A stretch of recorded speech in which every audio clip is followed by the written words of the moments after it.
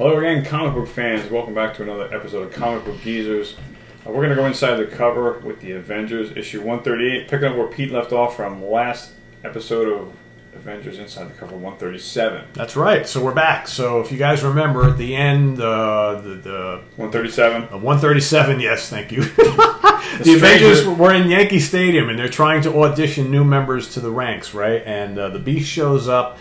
So he's now becoming a new member of the Avengers, and Moondragon decides she's going to throw her hat into her hat because she doesn't have hair. So she's going to throw her name into the ring. Yellow Jacket comes back. The Wasp comes back. The Wasp gets hurt because the Stranger shows up and gets into a skirmish with them, and Janet Pym gets hurt as the Wasp. Yellow Jacket's beside himself. The rest of the guys are like, well, we have to end Gal. We got to catch up with the Stranger. So, but I will say this. Stranger and a strange man. Yeah. Remember that. Remember I said last episode, things are not always as they seem, right? So somebody's possessed by the Stranger. Well, that's what I'm guessing. Steve Englehart wrote this one. George Tusker once again on the pencils. Vinny C on the inks. Charlotte J lettering. G. Rousseau on coloring. Len Weems the editor. So here we have Avengers on T-shirt. There you go, and I got Thor on mine. So there you go. We're doing the whole thing here. So here we have the first page. So they're exiting Yankee Stadium. Obviously, they got to figure out what they're going to do here. And you could get this on a T-shirt too. You could, yes, absolutely. If you click below. Thank you in advance. So lightning cracks the midnight skies as a grim group of superhumans stalk from the City General Hospital into a driving rain, because of course Janet is in the hospital. Jan Pym, the Wasp, has been gravely injured by the sinister self-styled Stranger, not to be confused with the Watcher. And the doctors are with her now, as is her husband Hank. But Thor already knows the diagnosis, for he too knows the skills of a healer. He has told no one, but she may not last the night. So of course the reporters are outside. They go, geez, these guys are getting weird, Harry. Now they even got a pet gorilla. Obviously talking about the Beast, right? So, it's not nice. So, and of course they go up, they want to interview the guys in the Avengers, and they're, Thor is just like, we can't talk right now. We're gonna bring the Stranger. We're gonna bring him here. He's gonna pay for this. Give him heck, Thor, whatever. But then, of course, the Yellow Jacket, like I said, is besides himself. He wants revenge. He wants to go get the Stranger. He wants to kill him. So basically, he's like, we got to go after the Stranger. And then they get back to Avengers Mansion. He goes, where's Hawkeye, blasted? And they're like, he should have been back by now. That's right. With the time travel, even a trip to the 12th century, it's going to take him a while to get back because he's out looking for the Black Knight, right? Back at the time again, even if the Black Knight got himself involved in something, he couldn't still be gone. I'm worried, that hothead, right? So then they're figuring out what to do, and they know the Scarlet Witch is out with the Vision. They're like, we should bring them from their honeymoon and whatnot.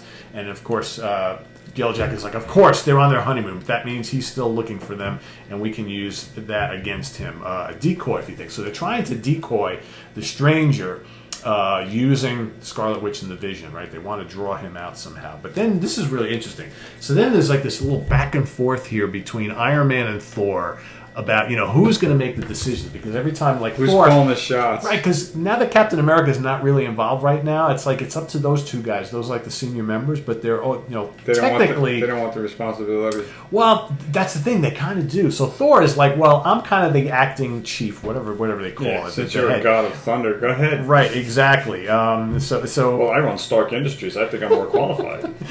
So now they're looking to split up into two teams, right? So to go find the Stranger. So Iron Man automatically says, sure, Moondragon and I can take the point. And then Thor says, nay, old friend, thou art needed here to operate Anthony Stark's devices. I shall enter the lion's den with Moondragon. Iron Man's like, now wait a minute. Thor goes, thou hast been too long with thine employer, Iron Man. Thou dost love the ladies nearly as much as he. In addition, the Avengers' two strongest members should each lead a grouping. Maybe so, but why does Moondragon go with your group? Because, of course, Iron Man wants to be alone with Moondragon, right? Because he's, Tony Stark, ladies' man. So, basically what happens is Thor and Moondragon go out, And you know what? It's interesting. I should have marked it down, but I found in this issue and even the last one, there's all sorts of spelling mistakes. Yeah, there's a lot of them in here. Like things like say, that we need to get past this, and instead of PASSED, PAST. There's another instance where I forget who it is. It may be the Beast calls Moondragon moonshine. Okay. It was like, what? So you don't know if he's doing that by accident or it's a typo. Yeah, I don't know. I do think her name should have been Moonshine. Moonshine? Yeah, Moondragon's Moonshine Dragon. Right. That would have been better. So here, and you got the rest of the guys are kind of figuring out, all right, we got to draw the stranger out, and meanwhile, Thor and Moondragon go off on their way, and then they're on this beach, and of course, then the stranger shows up, so they begin the battle with the stranger. So the stranger is like, big dude. And Thor is remembering the last time he fought the stranger because they've gone at it again before. And then the stranger, all of a sudden, now there's two of them.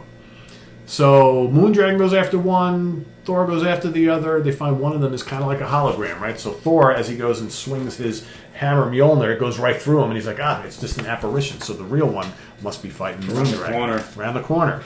So then he goes to help her, and she starts, doing her thing, and they're overtaking the stranger, but then whoop, he disappears in smoke too. So neither one of them was the actual stranger. So they're both decoys, mirages, right, holograms. So then on the other spaceship you got Beast, Yellow Jacket, and Iron Man, right? They're doing their thing. Meanwhile, back at the ranch. So they're in outer space, aren't they? They're on a ship? They're out in space in the ship, and then of course who shows up on the ship? The stranger. The real McCoy. McCoy. And so then, fingers crossed, right? So of course, they got these rays that are flying all over the place, and the Beast is doing his thing. He's jumping around. He's bouncing out of the way. So the Beast, this is hilarious. So the stranger is chasing the Beast through the ship. Beast goes around this alcove, right, and out. But then all of a sudden, out from the alcove comes Edward G. Robinson. Oh, he puts on his disguise to fool the stranger. Puts on his disguise to fool the stranger. Yep, exactly. Hey, Edward G. Robinson, can I have your autograph? Yep.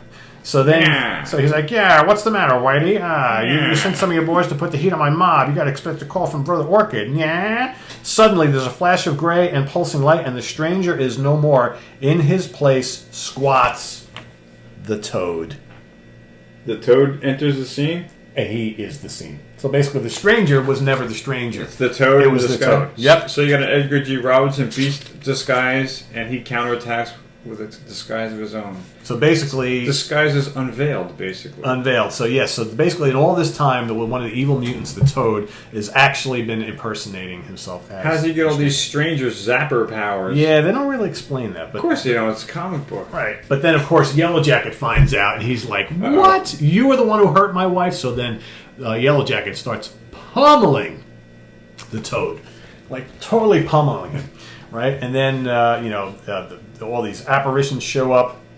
So the toad-looking face. It turns himself into an octopus, right? So he, so but his face looks like a toad, yeah, or a bad thing, or something like that. So Toad, I guess, is really good at impersonating other things. That looks like a bad version of the Thing right here. Yeah. It's got a toad face. You could say it's a horrible toad. It could be the Thing being mutated into a toad. Yeah, it's got that kind of a Thing look. The colors, I guess. So basically, the Yellow Jacket wanted to do the damage himself, but the Beast shows up and knocks the Toad out, no matter who the Toad is, dressing himself up as or whatever. And so they capture the Toad, and then it goes into this whole discussion of, how he got the idea to impersonate himself as the Watcher. And then we find out that the Toad is actually in love with the Scarlet Witch, and he wants to ask her to marry him. And that's why he showed up. He's so upset that she married the Vision, blah, blah, blah, blah, blah. So basically, where we...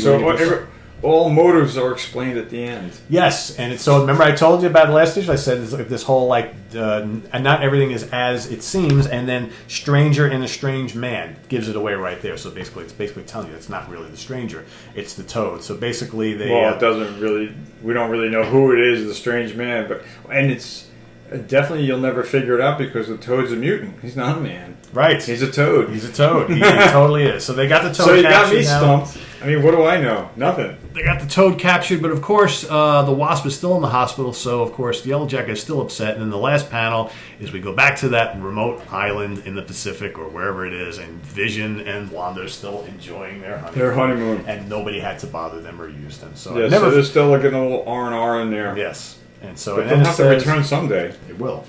Next issue, what does it say? The Wrath of the Whirlwind. So, of course, tune in next time to find out exactly what happens to Janet Pym in the hospital and how the Whirlwind gets involved in all this, right? So we'll do that once again. And, of course, while you're at it, there's some cool Vintage advertising. Comic book ads. Yeah, comic book T-shirts as well as fishing gear. Look at all that gear you get for $1.